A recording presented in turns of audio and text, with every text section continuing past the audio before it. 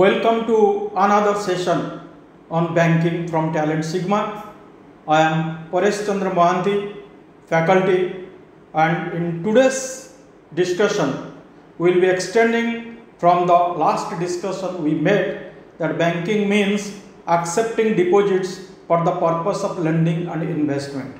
Though banks are doing so many other activities, but their major activity is accepting deposits from the public, and out of that deposits giving loans to the public and making some investment in government securities. So first thing is the deposits. Banks accept deposits from the public, we said, and these deposits are the raw materials of the banks.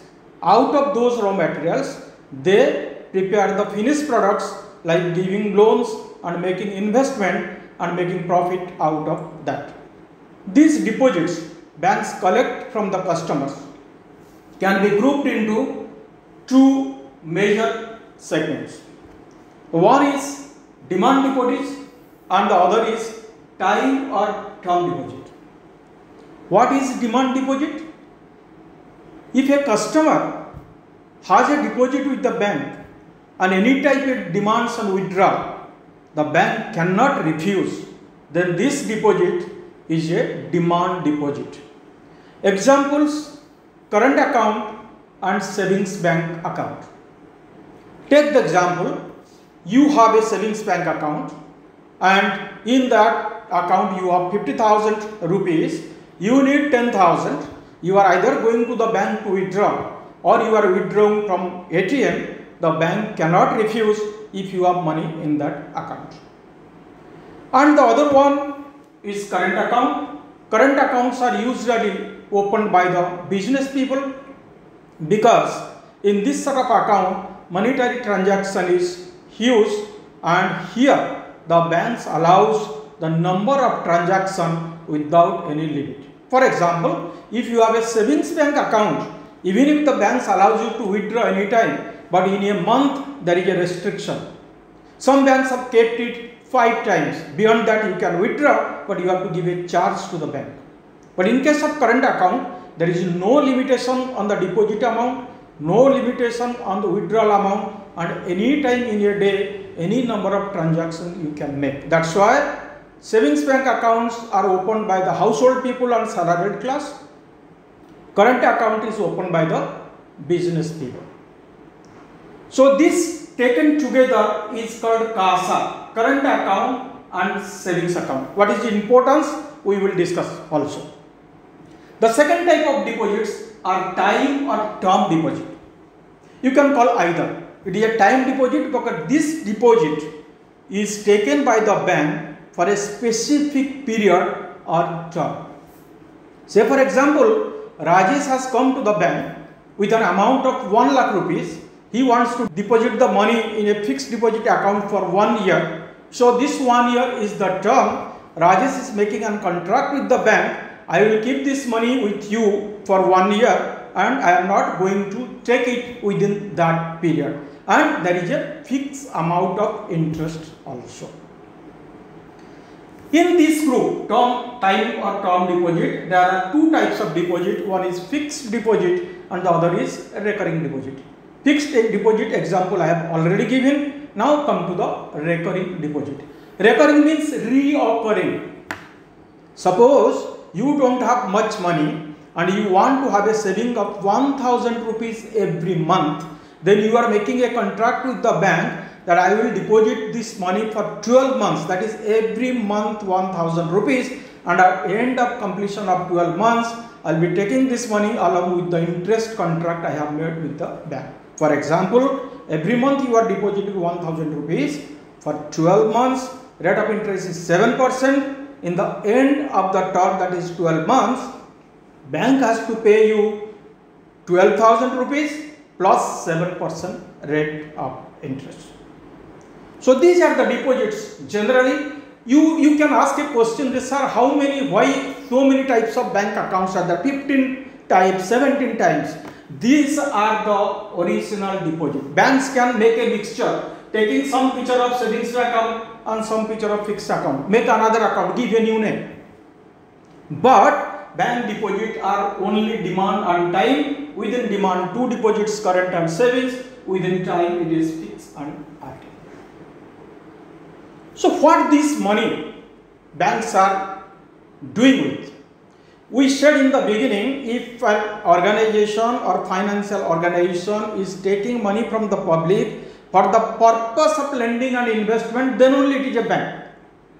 So the banks are taking the money for giving loans or advances to the public.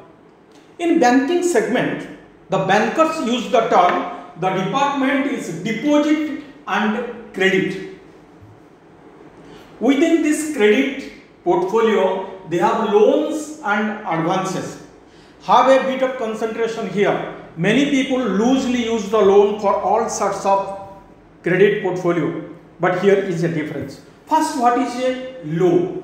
Loan is that portfolio in which bank gives the money to a customer at one go, fixed installments, and takes the money every month or every quarter as per the agreement, and ultimately it becomes zero.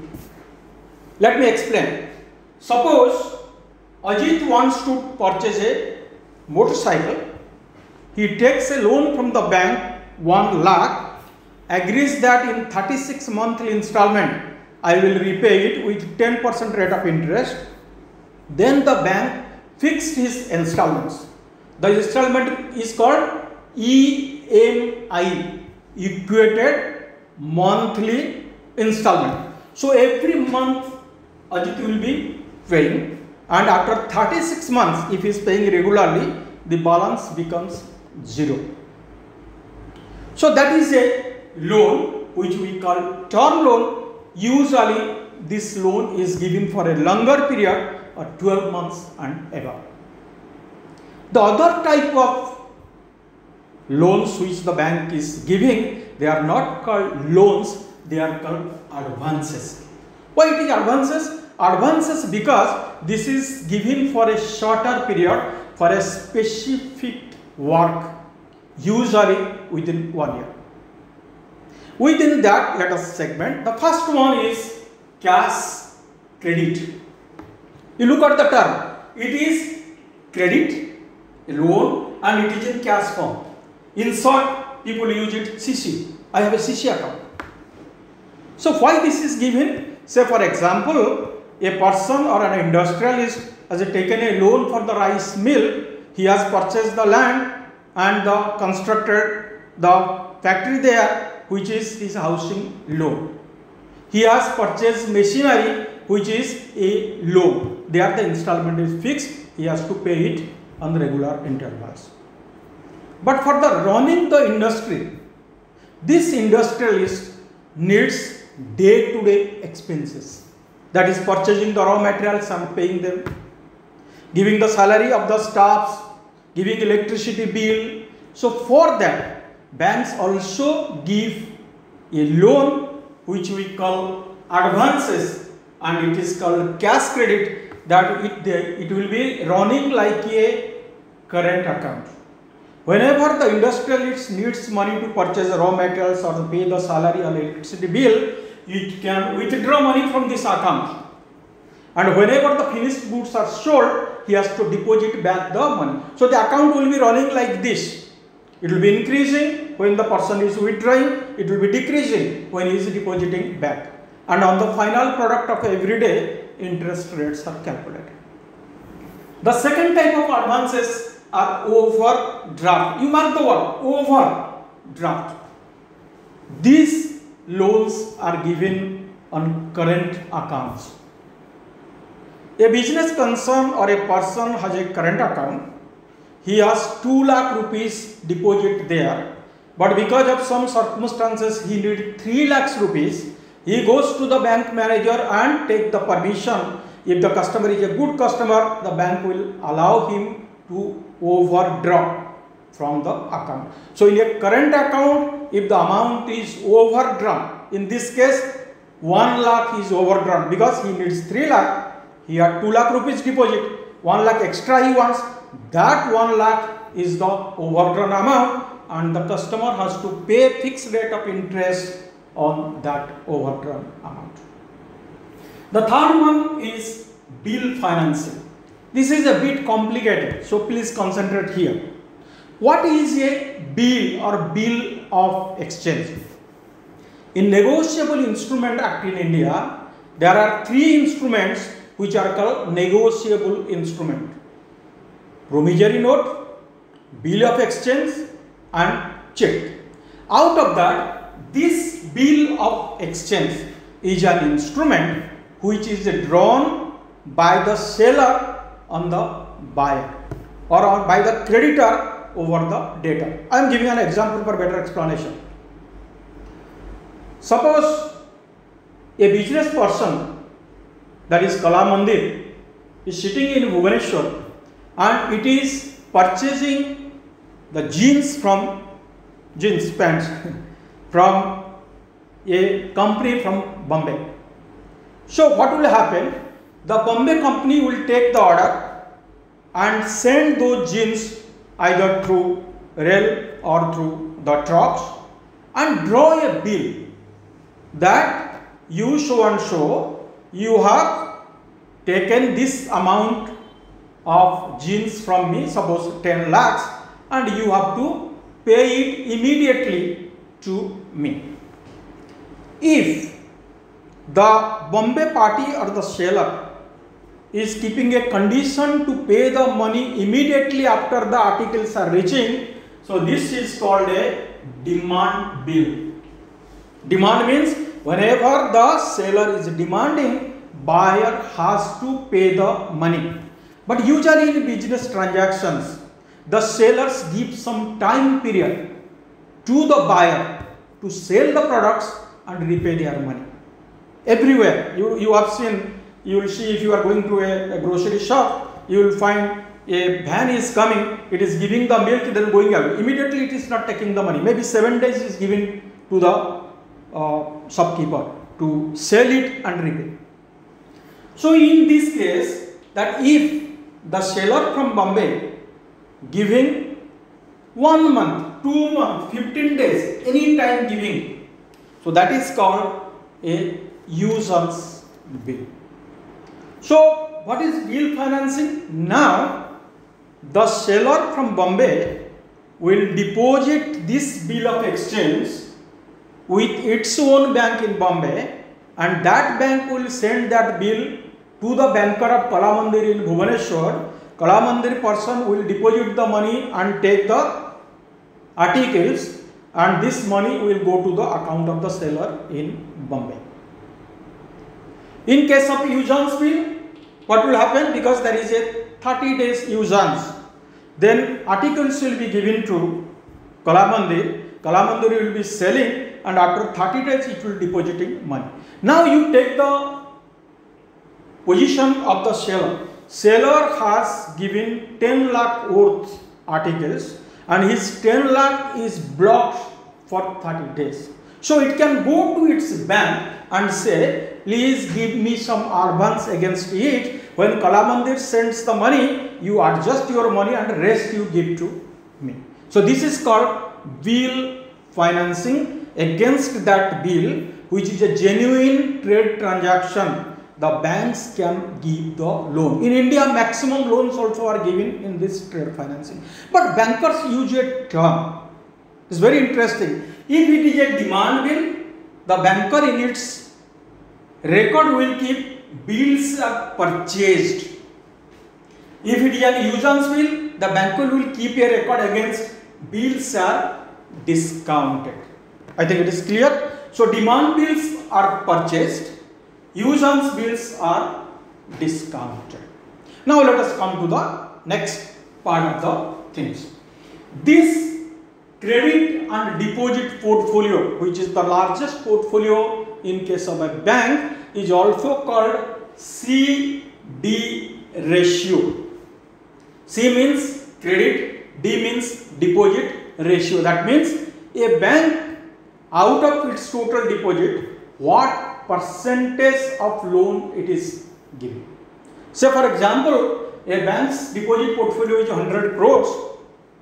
If it is a given the credit or the loans to 60 crores, then CD ratio is 100:60 or 60% of its deposit is given the loan. It all depends. Banks cannot just want that 100% they can give, because you will read later there are some conditions stipulation by the Reserve Bank of India as per Reserve Bank of India Act 1934 and Banking Regulation Act 1949, that there is cash reserve ratio and statutory liquidity ratio. Out of the bank deposit, they have to keep some money there, and that is why you will find usually the banks do not give more loan than 70% of their deposit. So CD ratio can be maximum 70%. Now I said you that CASA I will explain. The business here is buy low, sell high, like any business person. You know, an apple vendor who is sitting in the street, he is purchasing the apple at the rate of 150 rupees per kilo from the wholesaler and selling it at 170. The margin is 20 per kilo, then only it makes profit. So likewise, banks take deposits in a lower rate of interest and give the loan in a higher rate of interest, then only they make profit. Why CASA is so much important? Because in the current account, usually banks do not pay any interest. So bank purchasing the funds at 0% and selling it say for 10%, the margin is total 10%. In case of savings account, usually banks are paying maximum 4% and they are selling the funds or giving loan at 10%, the margin is 6%. But in case of term deposit, the average interest banks pay is 7% and they are giving a loan out of it on 10%, the margin is only 3%.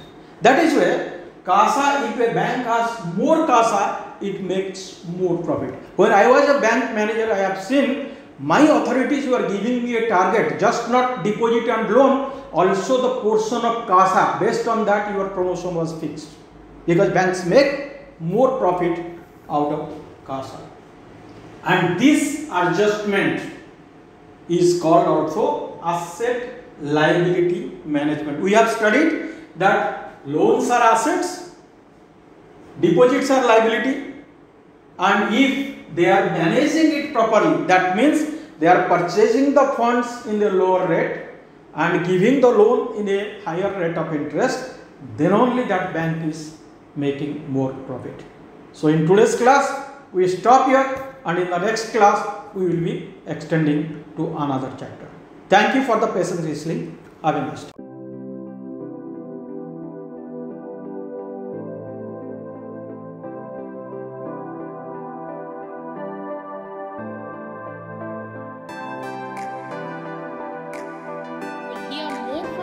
In the upcoming videos. Keep watching, liking and subscribing Talent Sigma. You'll find the contact address below. For now, I'll say goodbye. Stay safe, stay positive.